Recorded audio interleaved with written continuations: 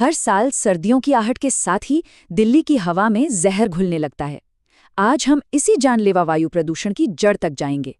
तो चलिए स्लाइड्स की मदद से इस बहुत बड़ी और उलझी हुई समस्या को आसान भाषा में समझते हैं। ये सवाल हम सबके जहन में आता है ना, कि आखिर हर साल सर्दियों में ऐसा क्या हो जाता है कि दिल्ली का दम घुटने लगता है। चलिए इस पहेली को एक एक करके सुलझाते हैं। देखिए, दिल्ली के प्रदूषण के पीछे कोई एक विलेन नहीं है। असल में ये कई वजहों का एक कह सकते हैं एक बड़ा जाल है, और इस जाल को समझने के लिए हमें इसके हर एक धागे को देखना होगा। तो सबसे पहले बात करते हैं इसके कारणों की।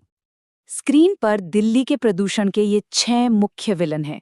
सड़कों पर दौड़ती गाड़ियों का धुआं, आसपास के खेतों में जलती पराली, शहर में हर तरफ चलता कंस्ट्रक्शन, फैक्ट्रियों से निकलता धुआं, खुले में जलता कचरा, और तो और खुद दिल्ली का मौसम और उसकी बनावट। आइए अब हर एक को थोड़ा और गहराई से समझते हैं। तो चलिए सबसे पहले बात करते हैं सड़कों की। जरा सोचिए, दिल्ली की सड़कों पर हर रोज लाखों गाड़ियां चलती हैं। इन गाड़ियों से जो धुआं निकलता है उसमें PM 2.5 जैसे बेहद छोटे कण होते हैं।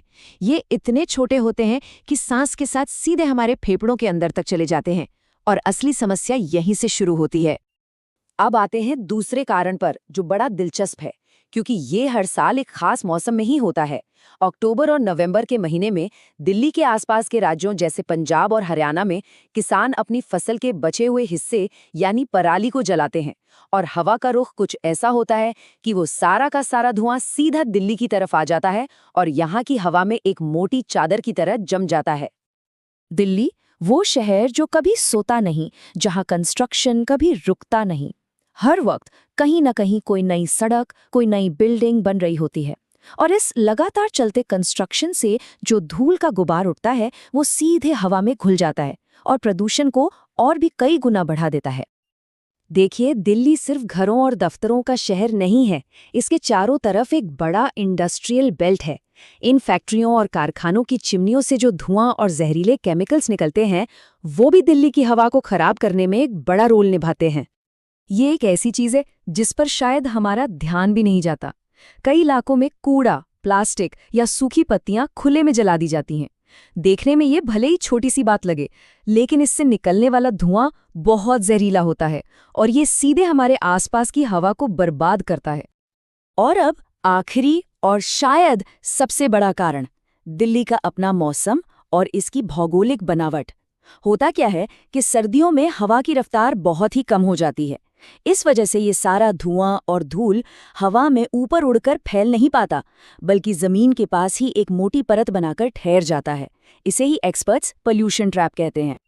तो ये तो हो गए कारण, लेकिन इस जहरीली हवा की कीमत वो कौन चुका रहा है? जवाब है हम सब और हमारा पर्यावरण। चलिए देखते हैं कि इसका असर कितना भयानक है। और ये कीमत बहुत बड़ी है। हम इंसानों के लिए इसका मतलब है आंखों में जलन, सिर दर्द से लेकर अस्थमा, ब्रोंकाइटिस और यहाँ तक कि कैंसर और दिल की बीमारियों का खतरा। और सिर्फ इंसानी नहीं, हमारे पर्यावरण पर भी इसका गहरा असर पड़ता है। पेड़ पौधों की जिंदगी कम हो जाती है, जानवर और पक्षी बीमार पड़ते हैं, और धुंध की वजह से विजिबिलिटी इतनी कम हो जाती है कि हादसों का खतरा भी बढ़ जाता है। इतना सब सुनने के बाद लगता है कि क्या कोई उम्मीद है? तो जवाब है हाँ, बिल्कुल है। इस प्रदूषण से लड़ने के लिए योजनाएं बनाई गई हैं। चलिए अब उन पर एक नजर डालते हैं। इसी लड़ाई में एक बहुत बड़ा हथियार है ग्रैप, यानी कि ग्रेडेड रिस्पॉन्स एक्शन प्लान। इसका नाम अक्सर सर्दियों में सुनने को मिलता है। ये एक तरह का इमरजेंसी एक्शन प्लान है। तो ये GRAP आखिर है क्या? इसे एक इमरजेंसी अलार्म की तरह समझिए। जैसे जैसे दिल्ली की हवा खराब होती जाती है, GRAP के अलग अलग लेवल एक्टिवेट हो जाते हैं, और हर लेवल पर कुछ खास नियम लागू किए जाते हैं, जैसे कंस्ट्रक्शन पर रोक लगाना, ट्रकों की एंट्री बंद करना या स्कूलों की छुट्टी करना। ये सारे फैसले GRAP के तहत ही लिए जाते हैं। लेकिन ये लड़ाई सिर्फ सरकार अकेले नहीं लड़ सकती। ये एक टू वे स्ट्रीट है। एक तरफ सरकार है जो ऑड इवन जैसी स्कीम लाती है या कंस्ट्रक्शन पर बैन लगाती है, तो वहीं दूसरी तरफ हम नागरिक हैं।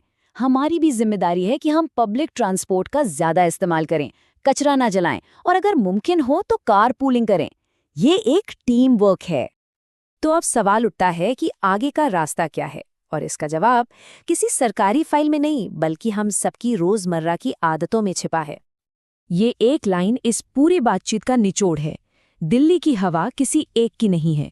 ये सरकार, किसान, उद्योगपति और आम नागरिक, हम सब की साझा संपत्ति है और इसे साफ रखने की जिम्मेदारी भी हम सबकी है। तो आज की बात खत्म करने से पहले बस एक सवाल, वो कौन सा एक छोटा सा बदलाव है जो हर व्यक्ति अपनी जिंदगी में ला सकता है, जिससे दिल्ली की हवा में सांस लेना थोड़ा आसान हो जाए? इसी सवाल के साथ आज का ये विश्लेषण यहीं समाप्त करते हैं।